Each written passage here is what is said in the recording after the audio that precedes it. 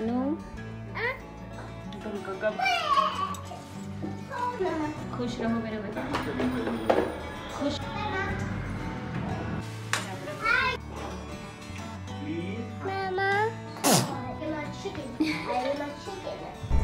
Hello guys, Radhe Radhe, welcome back to my channel. कैसे हैं आप सब? आई होप आप सब अच्छे होंगे गाइज़। और यहाँ पे आप देख रहे हैं कि मैं बिल्कुल ठीक नहीं हूँ आज। तो मेरी 3-4 दिन से ना थोड़ी तबीयत ख़राब ही चल रही है। और यहाँ पे ज्ञानू की मस्ती चल रही है। देखो अभी ना शाम के 5 बज रहे हैं। तो मैं लेट रखी थी, गुड्डू आ गई थी स्कूल से, फिर मैंने उसको खाना दिया। वो 3:30 बजे आ जाती है। फिर खाना वाना दे के मैं अंदर आ गई थी लेटने के लिए। और बहुत ही ज़्यादा पेन हो रहा था पूरे बॉडी में, जॉइंट पेन बहुत ज़्यादा हो रहा है। और आज तो थोड़ा सर भी भारी भारी सा लग रहा था, मैं सर भी नहीं उठा पा रही थी। तो मैं यहाँ पे आराम कर रही हूँ। आराम तो क्या, बच्चों के साथ आराम बिल्कुल भी नहीं होता है। ज्ञानू मेरे सर पे ही बैठी हुई थी। और ये मैं अपने पैर दिखा रही हूँ, मेरे पैरों पे ना हल्की सी स्वेलिंग आ गई है। और यहाँ उंगलियों पे भी दर्द हो रहा है। पता नहीं ऐसी क्या ही बीमारी है, आजकल बीमारियों का ना कुछ पता भी नहीं चलता है। तो मैंने सोचा चेकअप कराना बहुत ज़रूरी है, क्योंकि 3-4 दिन हो गए हैं ठीक ही नहीं हो रहा है। और अब तो स्वेलिंग भी आना शुरू हो गई, हाथ पे भी पैर पे भी। तो अब कल तो मैं जाऊंगी हॉस्पिटल। और यहाँ पे ज्ञानू की मस्ती चलती ही जा रही है। ज्ञानू कह रहा है मम्मा दीदी सो गई है, शोर मत करो। तो गुड्डू भी, उसको भी थोड़ा सा मतलब जुकाम हो रहा है, कोल्ड वगैरह, तो वो भी सो गई। गुड्डू को अंदर सुला के ज्ञानू और उसके पापा दोनों चले गए थे छत पे खेलने के लिए। शाम का टाइम था ना, तो गुड्डू तो मेरे साथ सो गया था अंदर। और उसके बाद ये लोग नीचे आए, फिर इन्होंने बनाई चाय। तो चाय मैंने कुछ खाया नहीं था ना, मेरे से खाने का मन ही नहीं हो रहा था कुछ। अंदर से ना फीवर सा लग रहा है, लेकिन बाहर का टेम्परेचर एकदम नॉर्मल है। बाहर हाथ लगा के लग ही नहीं रहा है कि मुझे फ़ीवर होगा, लेकिन अंदर से बहुत ज़्यादा फ़ीवर है। और पता नहीं मतलब अजीब सा ही हो रखा है, मेरे को तो समझ ही नहीं आ रहा है कुछ भी। तो यहाँ पे इन्होंने मेरे को चाय और रस्क ला के दिया, क्योंकि 7 बज गए थे। चाय गिरा दिया, कप तोड़ दिया। अरे हमारी ये साड़ी कब फिनिश होने वाली है? हाँ, तो ये है नेक्स्ट मॉर्निंग। और सुबह सुबह ज्ञानू ने ना कप भी तोड़ दिया और चाय भी गिरा दी। तो गुड्डू भी अपसेट हो गया। ज्ञानू के यही हाल होते हैं, ज्ञानू बिना गिराए कुछ खाती नहीं है। वैसे उसको चाय पीनी भी नहीं होती है, बट हम लोग पी रहे होते हैं ना, तो उसको भी चाहिए होती है। तो उसको दिया था, लेकिन उसने गिरा दिया। और यहाँ पे ना मैं सुबह सुबह देखो मेरा मुंह भी सूजा सूजा सा लग रहा है। और आज रेड मुंह पे तो रेडनेस नहीं दिख रही है, कल हो रखी थी, थोड़ा रेड रेड सा हो रखा था मुंह। आज नहीं हो रखा है, लेकिन थोड़ा स्वेलिंग है। और ये हाथों पे भी पूरी स्वेलिंग आ रखी है। ये जॉइंट पे दिख रहा है ना, ऐसे सूज रखे हैं हाथ। मामा। हाँ मम्मा। दीदी दीदी ने क्या करी? है गाड़ी? अच्छा, आपने उल्टे काम करी ना, आपने सारी चाय गिरा दी। वाह, उन्हें चौड़ी बोल दिया ज्ञानू। गुड्डा, ज्ञानू ने सॉरी बोल दिया।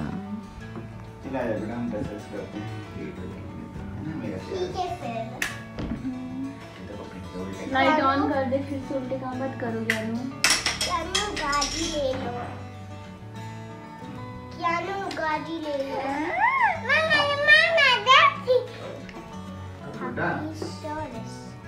गाइस, मेरी मम्मा के पास ना फीवर है। हम ना कल ना हॉस्पिटल जा रही, थोड़ी मेडिसिन मंगा रही और फिर ना चले जा रही है। गाइस आइस में क्यों उंगली डालना? कोई बात नहीं है।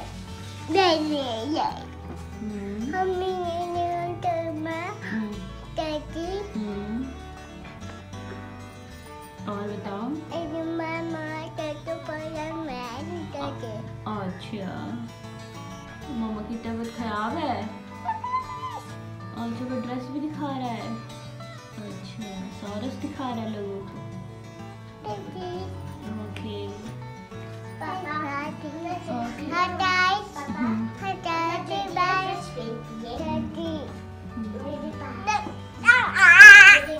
गाइस को बताओ मैंने वहाँ चाय गिरा दी। देखो, दिखाओ। वहाँ पे पोछा कौन लगाएगा? वहाँ पे पोछा कौन लगाएगा वहाँ ज्ञानू? ज्ञानू बच्चानू देख रहे हो एक्टिंग देख रहे हो। I am a chicken. I am a chicken. I am a chicken. तो अब हम लग गए अपने अपने कामों में चाय पीने के बाद। तो यहाँ पे गुड्डू और उसके पापा तो चले गए वॉशरूम में, और यहाँ पे मैं और ज्ञानी मेरे साथ है यहाँ पे। तो हम दोनों बना रहे हैं रोटी। मैं पराठा बना रही हूँ गुड्डू के लिए। आज सैटरडे है तो गुड्डू जल्दी आ जाएगी घर, तो इसलिए आज उसके लिए एक ही पराठा बना रही हूँ। आज 12:30 बजे उनकी छुट्टी हो जाती है ना, तो बस इनका एक ही पराठा बना देती हूँ। तो इन्होंने बोला वैसे तो कि मैं बना दूँगा, लेकिन मैंने कहा नहीं कोई बात नहीं, एक पराठा तो मैं बना ही दूँगी। तो मेरे ना जॉइंट में पेन हो रहा है, तो दबाव भी नहीं आ रहा था रोटी बेलने में, काफ़ी पेन हो रहा है। सुबह सुबह उठ के ना ज़्यादा ही होता है, फिर दिन भर तो जैसे काम वाम कर लो तो कम हो जाता है, लेकिन सुबह के टाइम ज़्यादा होता है। तो मैंने कहा नहीं ठीक हो जाएगा, थोड़ा 1-2 बेलूँगी तो हो गया था। फिर बनाया मैंने एक पराठा गुड्डू के लिए, और बाकी फिर मैंने सोचा जब मैंने खड़ी हो ही रखी हूँ तो 4 रोटी और बना देती हूँ इनके लिए भी, नाश्ते के लिए, अपने लिए भी, क्योंकि फिर उसके बाद दोबारा खड़ा नहीं हुआ जाता ना, तो एक ही बार में बन गया तो बन गया। तो इसलिए मैंने फिर 4 रोटियाँ और बना दी नाश्ते के लिए, और सब्ज़ी भी कटी हुई थी करेले की, तो वो भी बना दी मैंने फटाफट से। पहले दिन करेले बनाए थे ना तो वो ज़्यादा हो गए थे, इसलिए मैंने बचा दिए थे, तो वो आज काम आ गए फिर। तो सब्ज़ी कटी रखी थी तो मैंने फिर सब्ज़ी भी छौंक दी जल्दी से, और यहाँ पे 4 रोटियाँ बना दी। तो ऐसे ही होता, अगर मैं लेट जाती ना तो फिर मैं उठ नहीं पाती, इस वजह से मैंने सोचा कि फटाफट से अभी निपटा दूँ नाश्ता। तो ये सुबह 7:30 बजे ही आज हमारा नाश्ता बन के तैयार हो गया था, और यहाँ पे गुड्डू भी तैयार हो गया और मेरा वेट कर रहा है कि मम्मा मेरे बाल बनाओ। कुछ बोलते नहीं हो? ढोल का भी वीडियो बना रहा है अपने नकली फोन से।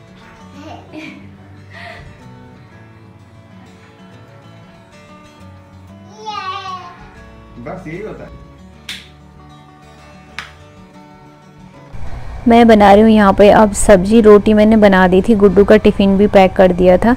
तो अभी ना बहुत सारा टाइम बचा हुआ है गुड्डू के स्कूल के लिए, 8 बजे जाती है वो, तो अभी 15 मिनट थे स्कूल के लिए। तो मैंने कहा तब तक मैं सब्ज़ी भी छौंक देती हूँ।